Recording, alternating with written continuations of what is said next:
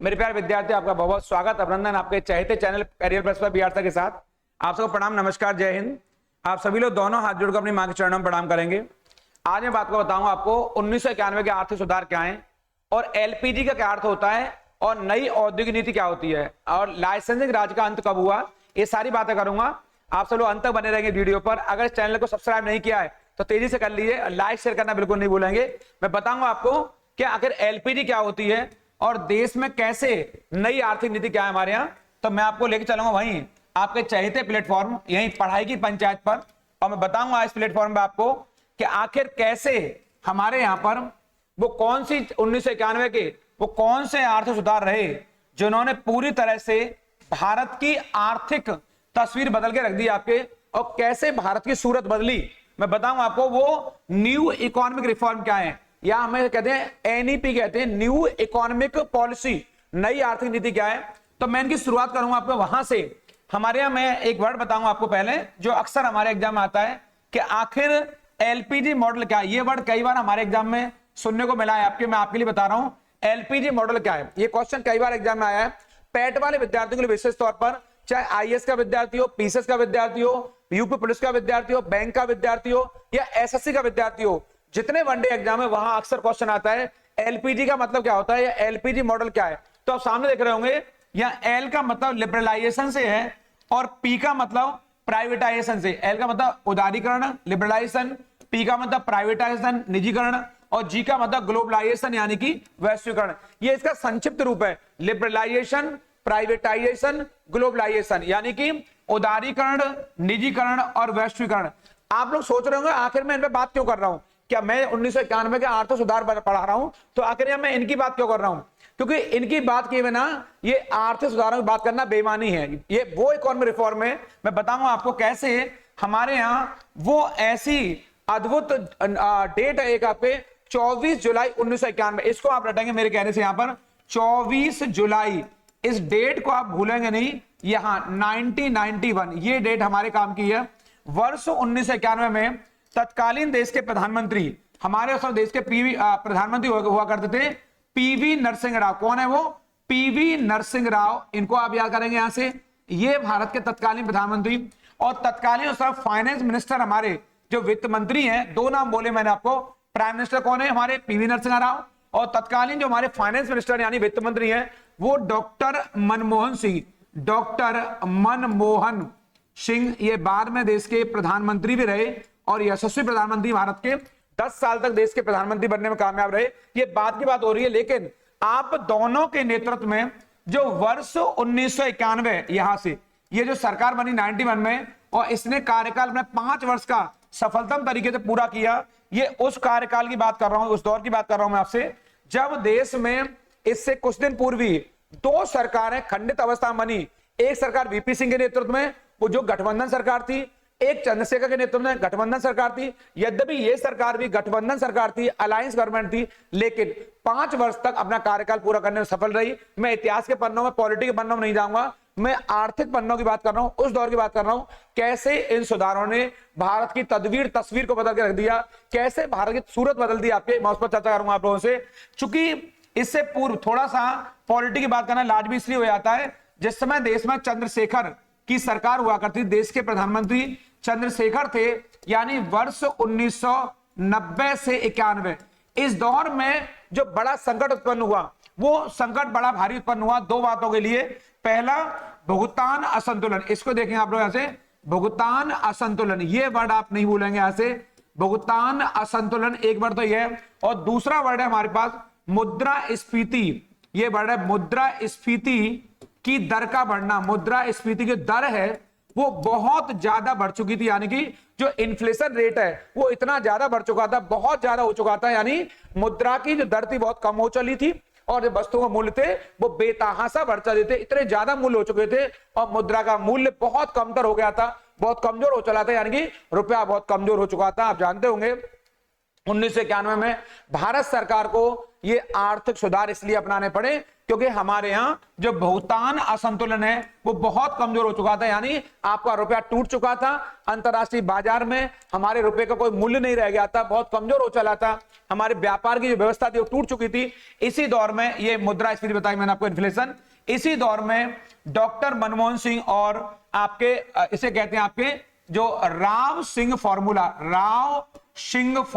याद ध्यान देंगे आप लोग, राव सिंह फॉर्मूला बोलते हैं इसको, यानी कि दोनों ने मिलकर के, यानी मनमोहन सिंह और पीवी नरसिंह राव दोनों ने मिलकर के जो नीति लाए वो उस नीति को कहते हैं NEP कहते हैं, न्यू इकोनॉमिक पॉलिसी, यानी नए आर्थिक सुधार, इन्हीं को NER भी कहता हूं, न्यू इकोनॉमिक रिफॉर्म भी कहता हूं, और इसी को नई औद्योगिक नीति के नाम से भी जाना जाता है, नई औद्योगिक नीति के नाम से भी जाना जाता है। औद्योगिक नीति, औद्योगिक, ये बड़ा महत्वपूर्ण, औद्योगिक नीति के नाम से भी इसे जाना जाता है। न्यू इंडस्ट्रियल पॉलिसी आपके एग्जाम में आएगा, 1991 में कौन सी नीति आई तो बताएंगे, वर्ष 1991 में यहां पर नई आर्थिक नीति आई।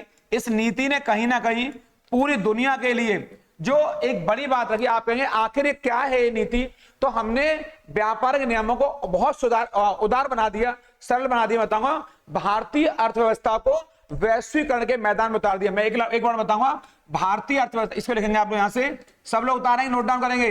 भारतीय अर्थव्यवस्था को, ये काम की बात है, भारतीय अर्थव्यवस्था को ये काम की बात है, वैश्विक मैदान में उतार दिया, वैश्विक मैदान में उतार दिया। इसको आप लिख लेंगे आपके यहां से, ये काम की बात है। जितने मेरे प्रिय विद्यार्थी हैं ये सारे इस बात को उतार लेंगे, ग्लोबल मार्केट में भारतीय अर्थव्यवस्था को इन दोनों ने मिलकर उतार दिया। और अब जो सबसे महत्वपूर्ण बात है वो ये है, यानी भारत के बाजार को विदेशों के लिए खोल दिया, भारत के बाजार को विदेशी निवेश के लिए खोल दिया गया, विदेशी निवेश के लिए पूरी खोल दिया गया। और मैं कह दूं अगर एक वर्ड में, पहले आओ पहले पाओ, यानी कि भारत में भारतीय बाजार को अब पूरा खोल देगा, क्योंकि हमें जो ऋण मिला, लोन मिला IMF से, जो हमें अंतर्राष्ट्रीय मुद्रा कोष से जो लोन मिला, वो इसी शर्त पर मिला था कि आपको अपने बाजारों को ढीला करना पड़ेगा, बाजारों को खोलना पड़ेगा। यानी मैं एक वर्ड में कहूं इसको, सरल भाषा में अगर मैं कहूं आपसे बिल्कुल, तो मैं कहूंगा हमने अपने व्यापारिक, ये मैं एक वर्ड में बताऊंगा, हमने अपने व्यापारिक नियमों को अत्यंत उदार बना दिया। क्या बना दिया? उदार बना दिया। उदार माने सरल बना दिया, यानी कि लिबरल कर लिया, बहुत आसान कर दिया। इसलिए कहा जाता है भारत में जो लाइसेंसिंग राज का अंत है, कौन सा? लाइसेंसिंग, ये रहा, लाइसेंसिंग राज का अंत हुआ है। वो कब हुआ है?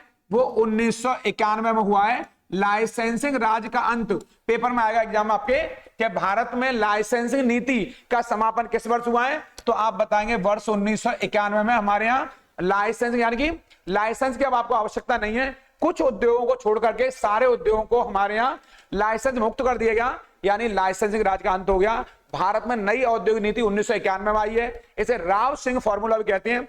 एक क्वेश्चन आपके एग्जाम में बहुत ज्यादा आता है, भारत में इन आर्थिक सुधारों का जनक कौन है? भारत में इन आर्थिक सुधारों का जो इकोनॉमिक रिफॉर्म है, इनका जनक कौन है? ये क्वेश्चन अक्सर आता है। तो आप बताएंगे यहां पर डॉक्टर मनमोहन सिंह को इन आर्थिक सुधारों का जनक कहते हैं, यानी कि फादर कहते हैं। ये बहुत काम की बात है, क्योंकि आपके फाइनेंस मिनिस्टर होने के चलते ये व्यवस्था लाई गई। यद्यपि पीवी नरसिंह राव तत्कालीन प्रधानमंत्री थे, उनके नेतृत्व में ही आपने नीति बनाई। इन्हें कहते हैं न्यू इकोनॉमिक पॉलिसी, नए आर्थिक नीति, इन्हें कहते हैं नई औद्योगिक नीति, इन्हें कहते हैं हमारे यहाँ जो आपके कहा जाता है तमाम लाइसेंस के राज का अंत। तमाम लाइसेंसों को हटा दिया गया, पहले आओ पहले पाओ, यानी भारतीय बाजार को विदेशों के लिए खोल दिया। मैं बताऊंगा इन सुधारों का जो मूल उद्देश्य था, मूल पर्पस था, मैंने बताया पहला आपको कि एक और भारतीय अर्थव्यवस्था को वैश्विक मैदान में उतारेगा, साथ ही साथ इसे बाजार के रुख के अनुरूप, यानी कि बाजार का रुख क्या है उसके अनुरूप बनाना था। दूसरा, मुद्रास्फीति दर को नीचे लाना था। मुद्रास्फीति दर बहुत बढ़ चुकी थी, इन्फ्लेशन की दर, यानी वस्तुएं बहुत महंगी हो चली थी और रुपया हमारा टूट चुका था। और सबसे इंपॉर्टेंट बात, भुगतान असंतुलन को दूर करना था, बहुत बेकार हो चला था। और फिर बताऊंगा मैं आपको, आर्थिक विकास की दर को बढ़ावा देना और विदेशी मुद्रा भंडार को जो कम हो चला था उसको जमा करना, विदेशी मुद्रा भंडार को मजबूत करना, इन सुधारों का मूल उद्देश्य था। इन दोनों ने मिलकर के इन्हें सफलता प्राप्त की। इन्हें हमारे यहाँ देश में नए आर्थिक सुधारों के नाम से जाना जाता है। आपको मेरे कहने से इस डेट को याद कर लेना, मैं पुनः लिखूंगा दोबारा से 24 जुलाई 1991। इस डेट को आप भूलेंगे नहीं, क्योंकि ये डेट एनईपी की है, यानी न्यू इकोनॉमिक पॉलिसी के नए आर्थिक सुधारों की है। इसमें भुगतान असंतुलन को दूर किया गया, इसको रटकर जाएंगे। भारत में आर्थिक सुधारों का जन्मदाता यदि कोई है, डॉक्टर मनमोहन सिंह है, जो तत्कालीन विदेश मंत्री थे। इस चैनल पर लगातार बने रहेंगे। अगर इसको सब्सक्राइब नहीं किया है, तेजी सब्सक्राइब कर लीजिए, लाइक शेयर करना बिल्कुल नहीं भूलेंगे, क्योंकि यही वो चैनल है, यही वो प्लेटफॉर्म है जो आपको सफलता के शिखर पहुंचाएगा। सफलता आपको मिलेगी इसी चैनल के माध्यम से। मैं नए नए वीडियो आपके लिए लाता रहूंगा। पैट के लिए मैराथन क्लास मैं आपके लिए सोमवार से स्टार्ट कर रहा हूं, मंगलवार से स्टार्ट कर रहा हूं आपके, और बुधवार को पैट की लंबी क्लास होगी। ऐसे ही मैं दिल्ली पुलिस और आपके पुलिस के लिए एक मैराथन क्लास लेकर आ रहा हूं। अर्थव्यवस्था के पहलू, इकोनॉमिक्स के, हिस्ट्री के, ज्योग्राफी के पन्नों से और स्ट्रेटेजी का एक बड़ी मैराथन क्लास में लेकर आ रहा हूं, इसलिए इस प्लेटफॉर्म में बनाऊंगा। फिर मैं कहूंगा सब्सक्राइब नहीं किया तो कर लीजिए, लाइक शेयर करना बिल्कुल मत भूलिए, क्योंकि आपके प्रयासों से चैनल आगे बढ़ेगा और इसी चैनल के प्रयासों से आप सफलता के शिखर को छुएंगे। आप उनका जरूर ख्याल रखिए जो आपका ख्याल रखते हैं। आपको प्रणाम, नमस्कार।